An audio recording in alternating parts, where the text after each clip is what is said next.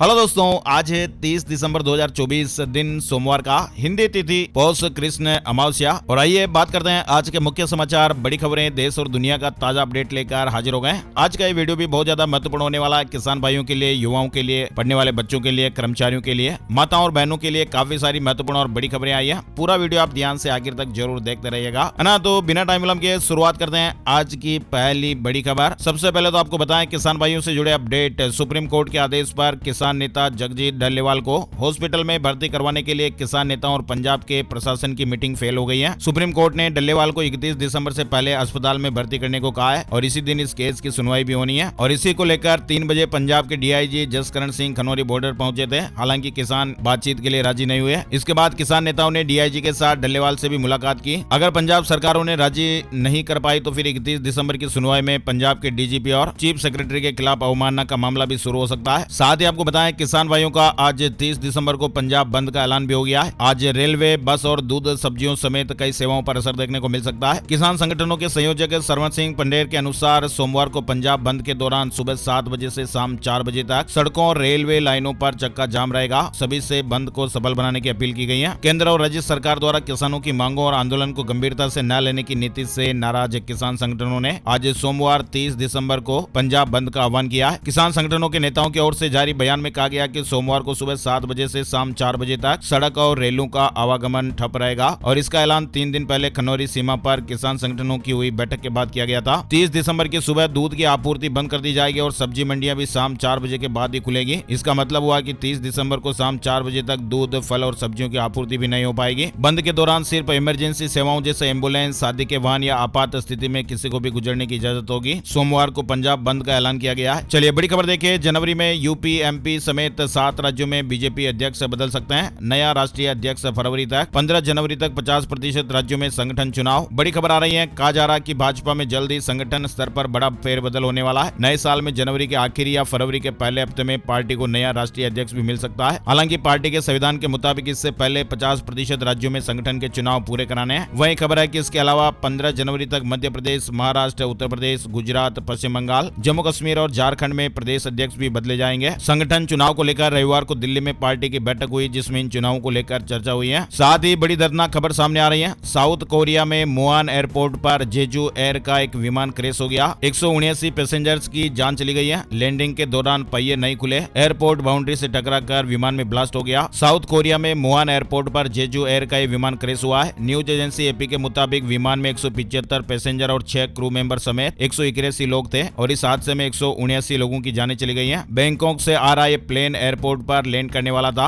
लेकिन landing gear में खराबी की वजह से विमान के पहिए नहीं खुल पाए। वहीं देखिए, रूस के हमले से ही क्रैश हुआ विमान अजरबैजान के राष्ट्रपति ने कंफर्म किया। कहा कि सच्चाई दबाने की कोशिश हुई है। अजरबैजान ने आखिरकार ये कंफर्म कर दिया कि कजाकिस्तान में रूस के हमले के कारण ही विमान कजाकिस्तान में दुर्घटनाग्रस्त हुआ था। वहीं विमान हादसों को लेकर एक और अपडेट आपको बताएं। साल 2024 में 8 बड़े प्लेन क्रैश में 402 लोगों ने जानें गंवाई है। ज्यादातर हादसे खराब मौसम के कारण हुए। यहाँ तक कि ईरानी राष्ट्रपति की भी प्लेन क्रैश में जान चली गई। चलिए बड़ी खबर आ रही है। मुंबई की काम्या ने माउंट विसेंट को भी फतह किया है। सातों महाद्वीप की ऊंची चोटियों पर चढ़ने वाली दुनिया की सबसे कम उम्र की एवरेस्ट बनी है। मुंबई की काम्या कार्तिकेयन सातों महाद्वीपों की सबसे ऊंची चोटियों पर चढ़ने वाली दुनिया की सबसे कम उम्र की लड़की बन गई है। वह नेवी चिल्ड्रन स्कूल की कक्षा 12वीं की स्टूडेंट है। काम्या ने अंटार्कटिका महाद्वीप की माउंट विसेंट चोटी पर चढ़कर यह रिकॉर्ड बनाया। करंट अफेयर से जुड़ा सवाल बन सकता है, ध्यान दीजिएगा। साथ ही H-1B वीजा पर पलटे ट्रंप, पहले विरोध अब समर्थन। कहा कि मैं हमेशा से इसके सपोर्ट में। बड़ी खबर आ रही है। अमेरिका में अब तक H-1B वीजा का विरोध कर रहे डोनाल्ड ट्रंप ने पलटी मार लिया। डोनाल्ड ट्रंप ने शनिवार को कहा कि वो इसका समर्थन करते हैं। ट्रंप ने न्यूयॉर्क टाइम्स से कहा कि मैं हमेशा से इस वीजा के सपोर्ट में रहा हूं। वहीं बड़ी अपडेट खबर आ रही है। सूरज के सबसे करीब पहुंचा नासा का स्पेसक्राफ्ट 982 डिग्री तापमान में भी सुरक्षित रहा। 1 जनवरी से डेटा भेजेगा। अमेरिका की अंतरिक्ष एजेंसी नासा के स्पेसक्राफ्ट पार्कर सोलर प्रोब ने 24 दिसंबर की शाम को सूरज के बेहद करीब पहुंचने का रिकॉर्ड बनाया है। नासा का ये यान सूरज से करीब 61 लाख किलोमीटर की दूरी से गुजरा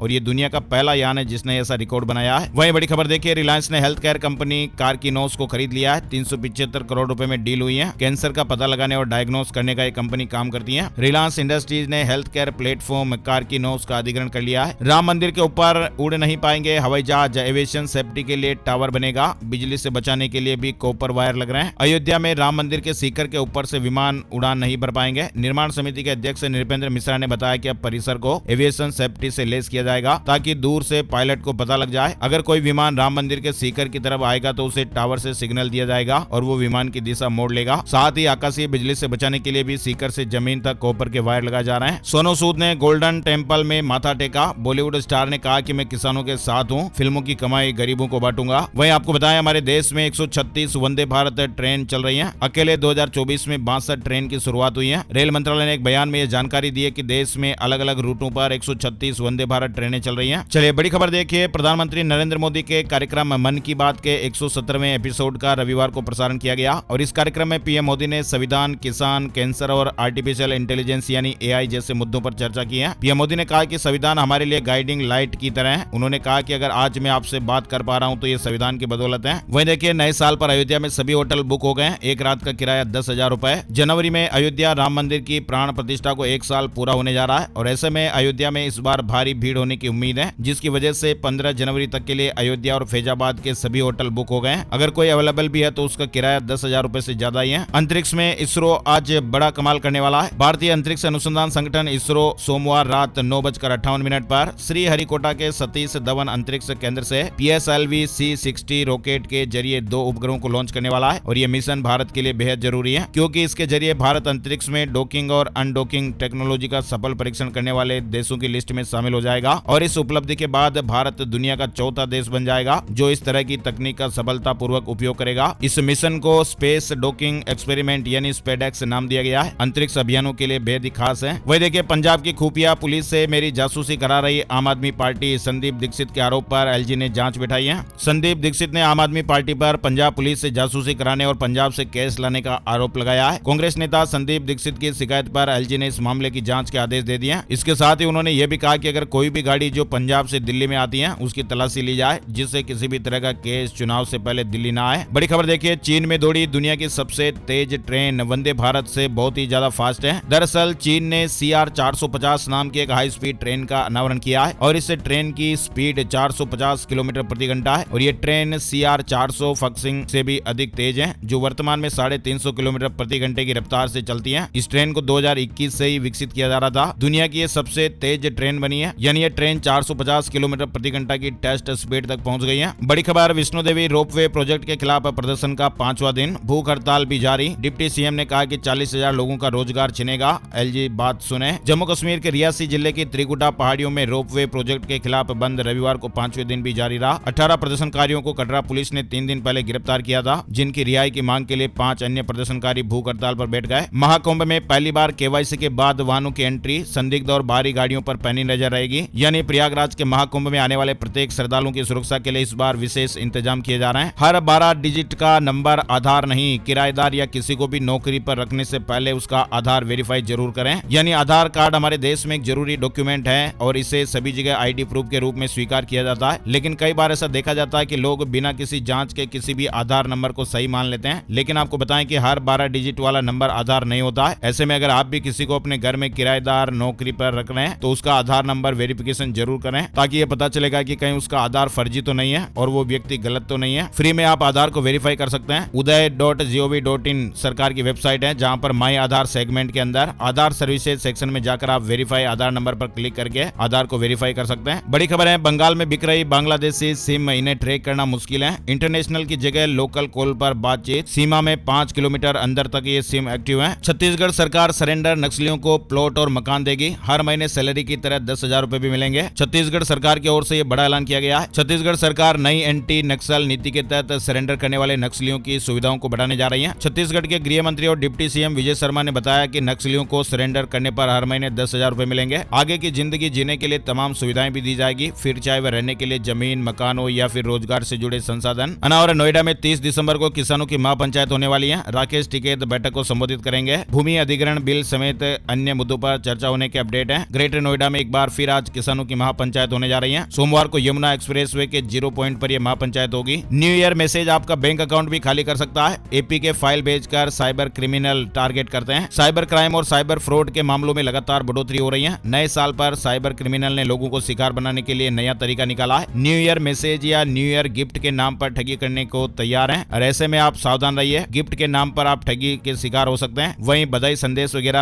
अगर अननोन नंबर से आ रहा तो उसे क्लिक ना करें। जैसे आप किसी बधाई संदेश को मैसेज में क्लिक करेंगे तो आपके मोबाइल का जो डेटा है वो लीक हो सकता है, क्योंकि उस बधाई संदेश के पीछे कोई प्रोग्राम या कोडिंग भी हो सकती है जो आपके मोबाइल डिवाइस को बदमाशों की पहुंच तक एक्सेस दे सकती है। इसलिए आप सावधान रहें। अननोन लिंक पर बधाई संदेशों के चक्कर में आप ना पड़ें। कोई भी एपीके फाइल हो सकती है, मैसेज हो सकता है और आपका डिवाइस एक हो सकता है, इसलिए सावधान और अलर्ट रहें। बड़ी खबर देखिए, पंजाब में गुर्दे की बीमारी के मरीजों का फ्री डायलिसिस 23 जिलों में सर्विस शुरू हो गई है। पंजाब सरकार द्वारा पूरे प्रदेश में गुर्दे की बीमारी से पीड़ित मरीजों को मुफ्त डायलिसिस सुविधा प्रदान की जा रही है और इसके लिए पंजाब सरकार ने हंस फाउंडेशन, माता गुजरी ट्रस्ट जगरा और अन्य एनजीओ के सहयोग से सेवा शुरू की है। अभी वर्तमान में 23 जिला अस्पतालों, 14 उपमंडलीय अस्पतालों और 3 सामुदायिक स्वास्थ्य केंद्रों में स्थित 40 डायलिसिस केंद्रों पर डायलिसिस मशीनें उपलब्ध हैं। गुजरात के कच्छ में 3.2 तीव्रता का भूकंप आया है और इस महीने जिले में 3 से अधिक तीव्रता वाला ये तीसरा भूकंप है। गुजरात के कच्छ जिले में रविवार सुबह 3.2 तीव्रता का भूकंप महसूस किया गया। पीएम मोदी की दिल्ली में होने वाली परिवर्तन रैली फिलहाल रद्द हो गई है। अब 5 जनवरी को कार्यक्रम होगा, ऐसे अपडेट आ रहे हैं। वहीं बच्चे की कस्टडी रखने वाला अकेला पेरेंट भी नाबालिग के पासपोर्ट के लिए आवेदन कर सकता है। हाई कोर्ट का यह महत्वपूर्ण फैसला आया है। तेलंगाना हाई कोर्ट ने 4 साल की बच्ची की मां द्वारा दायर की गई याचिका को स्वीकार करते हुए यह महत्वपूर्ण फैसला सुनाया है। कोर्ट ने हैदराबाद क्षेत्रीय पासपोर्ट अधिकारी के उस पत्र को खारिज कर दिया जिसमें महिला को अपनी नाबालिग बेटी के लिए पासपोर्ट प्राप्त करने के लिए बच्चे के पिता की सहमति या अदालत से अनुमति लेने की आवश्यकता थी। यानी बच्चे की कस्टडी रखने वाला अकेला पेरेंट भी नाबालिग के पासपोर्ट के लिए आवेदन कर सकता है। यह हाई कोर्ट ने महत्वपूर्ण फैसला सुनाया है। वहीं आरबीआई ने प्राइवेट बैंकों को लेकर चेतावनी दी है और कहा कि धड़ाधड़ नौकरी छोड़ रहे हैं कर्मचारी। आरबीआई ने प्राइवेट बैंकों में कर्मचारियों के नौकरी छोड़ने या बदलने की दर में बेतहाशा वृद्धि पर चिंता जताई है। निजी क्षेत्र के बैंकों में कर्मचारियों के नौकरी छोड़ने या बदलने की दर में लगभग 25% की बढ़ोतरी देखी गई है। इसके अलावा बैंकों को गोल्ड लोन को लेकर भी सलाह दी गई है। अनावरत तेजी से बढ़ रहा भारत और ऑस्ट्रेलिया के बीच निर्यात 64% का उछाल आया है। भारत और ऑस्ट्रेलिया के बीच व्यापारिक संबंध लगातार मजबूत होते जा रहे हैं। नवंबर 2024 में भारत का ऑस्ट्रेलिया को निर्यात 64.4% की शानदार तेजी के साथ 64.37 करोड़ अमेरिकी डॉलर पर पहुंच गया है। ग्रेटर नोएडा के 600 घर खरीदारों को खुशखबरी। ग्रेटर नोएडा प्राधिकरण ने परियोजना के 7 टावरों में बने फ्लैट्स के लिए ऑक्यूपेंसी सर्टिफिकेट यानी ओसी जारी कर दिया है और इस आदेश के बाद अब 600 होम बायर्स की अपने घर की उम्मीदें बढ़ गई हैं। वही देखिए, आसान नहीं होगा 2025 में आईटीआर फाइल करना। 2024 में इनकम टैक्स ने कई बदलाव किए हैं। यानी अगर आप भी 2025 में आईटीआर फाइल करने वाले हैं तो आपको इन नियमों के बारे में जानकारी होनी चाहिए जो 2024 में बदल गए हैं। ये आपकी कमाई से लेकर सेविंग तक सभी पर सीधा असर डालेंगे। टैक्स स्लैब में बदलाव हुआ है। स्टैंडर्ड डिडक्शन में भी बढ़ोतरी हुई है। एनपीएस योगदान पर भी डिडक्शन बढ़ा है। Short term capital gain tax और long term capital gain tax की नई दरें। इसके अलावा होल्डिंग अवधि में बदलाव हुआ है। टीडीएस दरों का रेशनलाइजेशन भी हुआ है। शेयर बायबैक पर टैक्स और लग्जरी वस्तुओं पर टीसीएस, संपत्ति बिक्री पर टीडीएस में संशोधन हुआ है। वहीं 50 लाख रुपए से अधिक आय वाले मामलों में अब इनकम टैक्स विभाग केवल 5 वर्षों तक पुराने आईटीआर खोल सकता है जो पहले 10 वर्ष थी। तो ऐसे कई सारे बदलाव हुए हैं। इसी तरह से देखिए 2025 में पीएफ से जुड़े नियमों में भी बदलाव होगा। अभी तक ईपीएफ में केवल 15,000 रुपए तक की बेसिक सैलरी के हिसाब से पैसा जमा होता है, लेकिन सरकार अब नई योजना के तहत पूरी सैलरी के आधार पर ईपीएफ में योगदान करने का विकल्प देने पर विचार कर रही है। इससे लोग ज्यादा रकम बचा सकेंगे।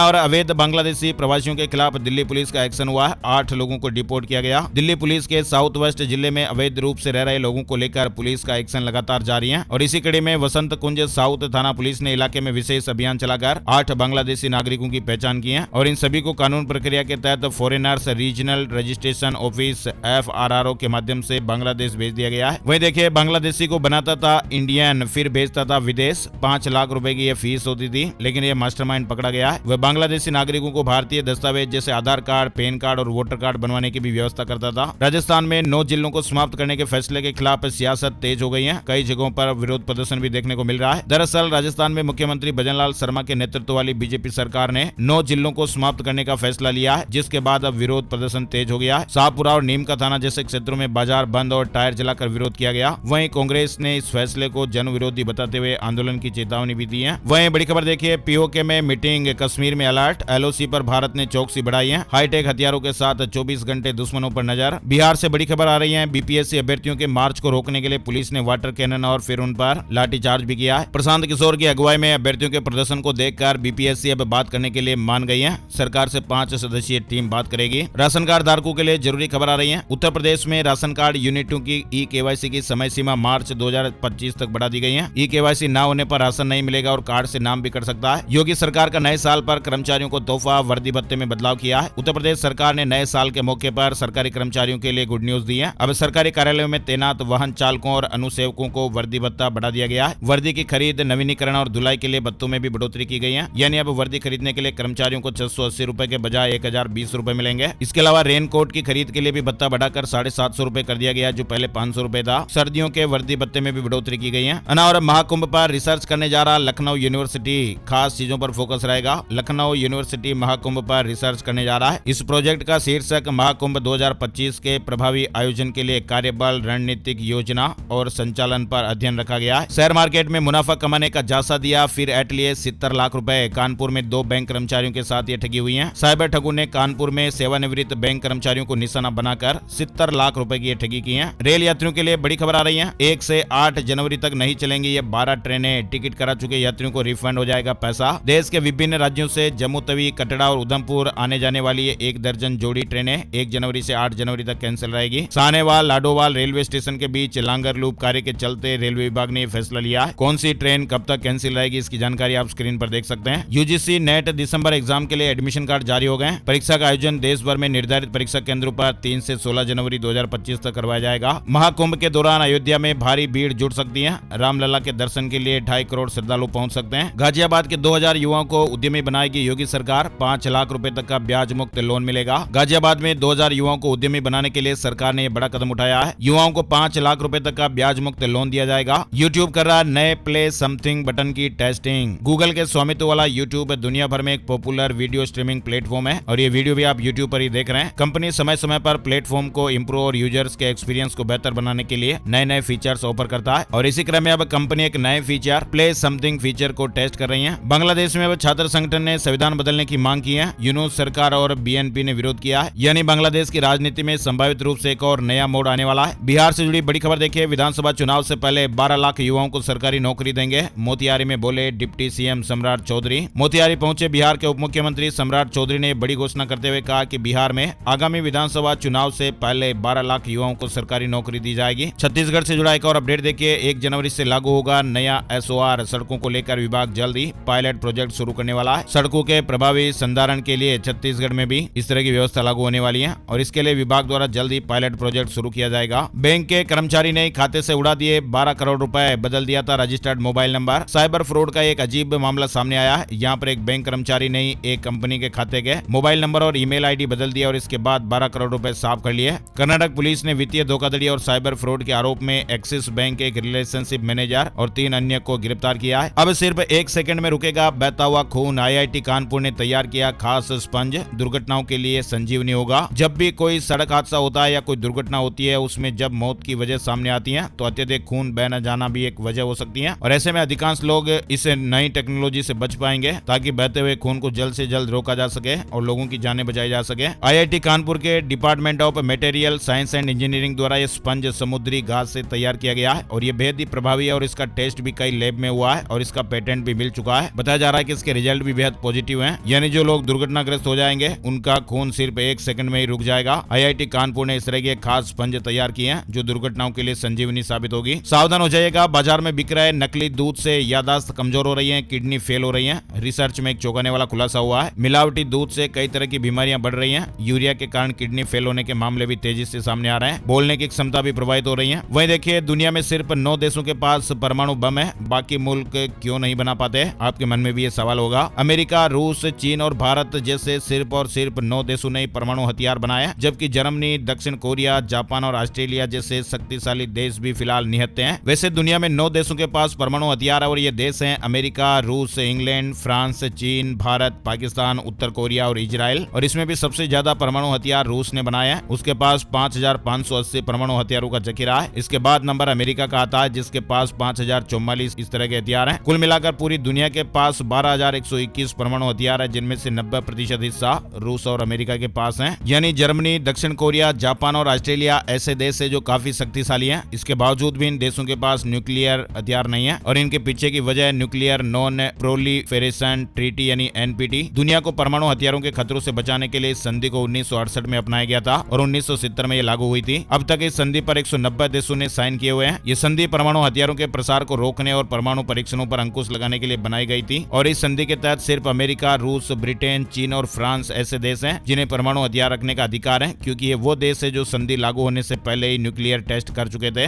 वहीं भारत और पाकिस्तान ने इस संधि पर कभी हस्ताक्षर हस्ताक्षर नहीं किए। और 1 जनवरी से इन फोन में नहीं चलेगा व्हाट्सएप लिस्ट जारी हुई है। 1 जनवरी 2025 से व्हाट्सएप पुराने ऑपरेटिंग सिस्टम वाले स्मार्टफोन पर अपना सपोर्ट बंद करने वाला है। कौन कौन से स्मार्टफोन पर व्हाट्सएप काम नहीं करेगा, इनकी जानकारी आप स्क्रीन पर देख सकते हैं। वही देखिए, दुनिया के इस तट पर डूबे हुए खजाने से भरे जहाज, 22 टन सोने चांदी से भरे मलबे की खोज जारी है। प्राचीन समय के कई खजाने से भरे जहाज कभी अपनी मंजिल तक नहीं पहुंच सके थे। पुर्तगाल के समुद्री पुरातत्वविद एलेक्जेंडर मोंटेiro ने कहा कि अजोरेस और मदिरा द्वीपों के बीच स्थित पुर्तगाली तट पर सोने से भरे जहाजों के मलबे मिलते हैं। राजस्थान सरकार की नई योजना, मोबाइल उठाओ और कॉल लगाकर दो सूचना, 10,000 रुपए का इनाम मिलेगा। राजस्थान सरकार ने प्लास्टिक उपयोग और विक्रय पर पाबंदी को प्रभावी बनाने के लिए एक योजना शुरू की है और इस योजना के तहत प्रतिबंधित प्लास्टिक वस्तुओं की जानकारी देने वालों को 10,000 रुपए का इनाम मिलेगा। हरियाणा की सरकारी भर्तियों में अब नहीं मिलेंगे गरीबी के अतिरिक्त 5 अंक। कैबिनेट की बैठक में यह फैसला हुआ है। हरियाणा सरकार ने शनिवार को हुए कैबिनेट की बैठक में कई महत्वपूर्ण फैसले लिए थे। कल वाले वीडियो में भी हमने आपको अपडेट बताया था। तृतीय और चतुर्थ श्रेणी पदों की भर्तियों में सामाजिक आर्थिक आधार पर मिलने वाले एक्स्ट्रा अंकों को हटा दिया है। अब सीईटी पास 10 गुना युवाओं को अगले चरण के लिए बुलाया जाएगा। संविदा कर्मचारी अधिनियम 2024 में संशोधन करने के लिए भी अध्यादेश को मंजूरी दी गई है। वहीं हरियाणा में 5 नए जिले बनाने को लेकर भी बड़ा अपडेट आया है। कैबिनेट सब कमेटी ने नए नियम बनाए हैं। कर्मचारियों के लिए गुड न्यूज है, ग्रेच्युटी की लिमिट भी बढ़ी है। कैबिनेट की मंजूरी मिली है। पेंशन और अनुकंपा नियुक्ति पर भी अपडेट है। हरियाणा सरकार ने सरकारी कर्मचारियों और न्यायिक अधिकारियों के लिए ग्रेच्युटी की लिमिट बढ़ा दी है। वहीं हिंदी आंदोलन 1957 के मातृभाषा सत्याग्रहियों के लिए मासिक पेंशन को बढ़ाकर 20,000 रुपए करने का फैसला भी मंत्रिमंडल ने किया है। नए साल में आम लोगों को मिल सकती है बड़ी राहत, पेट्रोल डीजल के दामों में कटौती होगी। सीआईआई ने सरकार को सुझाव दिया है। भारतीय उद्योग परिसंघ यानी सीआईआई ने 2025-26 के लिए अपने सुझाव में पेट्रोल डीजल पर उत्पाद शुल्क कम करने की सिफारिश की है ताकि खपत को बढ़ावा दिया जा सके। मध्य प्रदेश के 29 जिलों में बदलाव, सरकार ने गजट नोटिफिकेशन जारी कर दिया है। मध्य प्रदेश के 29 जिलों में बड़ा बदलाव हो रहा है और इन जिलों के सैकड़ों गाँव की काया पलट की तैयारी की गई है। अब चमचमाती सड़कें बनेंगी, भरपूर पानी भी मिलेगा, 24 घंटे बिजली की सुविधाएं भी दी जाएगी और इसके लिए इन सभी जिलों के घने जंगलों में बसे गाँव यानी वन ग्रामों को राजस्व ग्राम बनाया जा रहा है। सरकार ने सभी जिलों के अधिकांश वन ग्रामों को राजस्व ग्राम में बदलने के लिए गजट नोटिफिकेशन भी जारी कर दिया है। टाटा ग्रुप 5 साल में 5 लाख नई जॉब क्रिएट करेगा। टाटा सन्स के चेयरमैन चंद्रशेखरन ने ये जानकारी दी है। दिल्ली एनसीआर एक्यूआई से जुड़ा अपडेट देखिए, फिर खराब श्रेणी में पहुंची हवा। एक्यूआई 225 दर्ज हुआ है और अगले 6 दिनों के लिए पूर्वानुमान जारी हुआ है। सोमवार को हवाएं उत्तर पश्चिम दिशाओं से चलेगी और गति 12 किलोमीटर प्रति घंटा रह सकती है। मंगलवार को भी हवाएं उत्तर पश्चिम दिशा से 10 किमी प्रति घंटे की गति से चलेगी। हिमाचल प्रदेश में बर्फीला तूफान, अटल टनल बंद। श्रीनगर एयरपोर्ट पर 24 घंटे बाद उड़ानें शुरू हो पाई। भोपाल में ठंड का 58 साल का रिकॉर्ड टूट गया है। बर्फबारी, ओलावृष्टि और बारिश से पूरा देश ठिठुर गया है। जम्मू कश्मीर, हिमाचल प्रदेश और उत्तराखंड के पहाड़ी इलाकों में साल का सबसे भारी हिमपात हुआ है। राजस्थान के 11 जिलों में शीतलहर का अलर्ट। जयपुर सहित तमाम शहरों में घने कोहरे के कारण विजिबिलिटी 50 मीटर से भी कम रही। छत्तीसगढ़ में भी शीतलहर की संभावना है। 2 दिन बाद और ठंड पड़ने का अनुमान है। पंजाब, चंडीगढ़ में भी गरज चमक के साथ बारिश होगी। नया पश्चिमी विक्षोभ एक्टिव होने वाला है। 9 जिलों में शीतलहर और कोहरे का अलर्ट भी रहेगा। उत्तर प्रदेश में भी सोमवार को घने कोहरे की चेतावनी। कई जिलों में शून्य दृश्यता हो सकती है। पारा 5 डिग्री तक गिर सकता है। वहीं राजस्थान के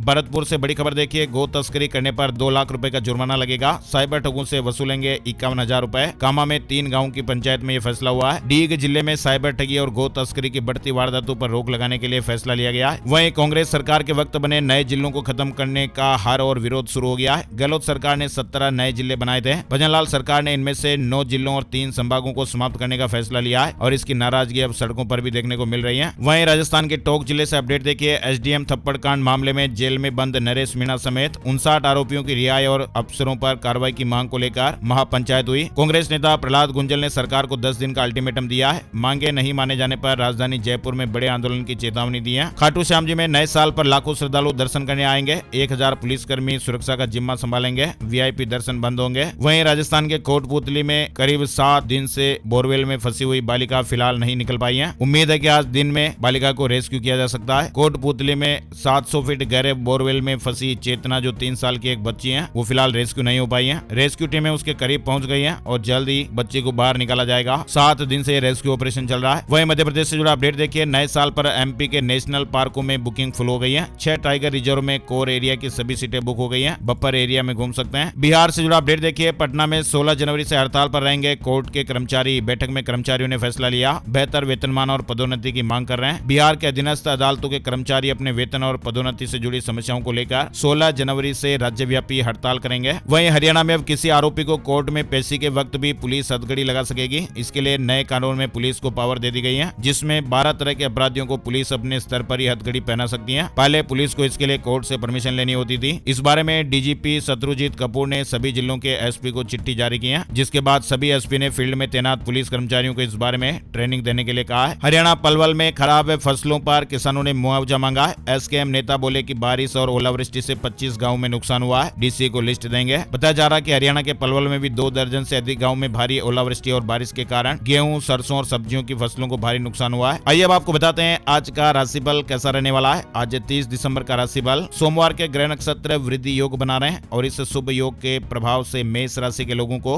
प्रॉपर्टी खरीदने बेचने में फायदा मिलेगा। नौकरी में प्रमोशन मिलने के योग भी है। वृष राशि के नौकरी पेशा लोगों के काम से अधिकारी खुश हो सकते हैं। सिंह राशि के लोग बिजनेस में कुछ नया करना चाहते हैं तो इसके लिए अच्छा दिन है। वृश्चिक राशि वाले नौकरी पेशा लोगों के लिए भी आज अच्छा दिन रहने वाला है। मकर राशि के लोगों को सितारों का साथ मिल सकता है और रुका हुआ कोई काम भी पूरा होने की संभावना है। और इसके अलावा बाकी राशियों पर सितारों का मिला जुला असर रहेगा। तो ये थे दोस्तों आज के मुख्य समाचार, बड़ी खबरें, हेडलाइंस और सुर्खियां, अपडेट। वीडियो कैसा लगा कमेंट करके जरूर बताइएगा और अपने यार दोस्तों, मित्रों और मिलने वालों के साथ इस वीडियो को फेसबुक और व्हाट्सएप पर भी जरूर शेयर कर दीजिएगा। तो प्लीज लाइक और शेयर आप जरूर कीजिएगा। एक और नई जानकारी और नए वीडियो में फिर मिलते हैं, तब तक के लिए जय श्री राम, जय हनुमान।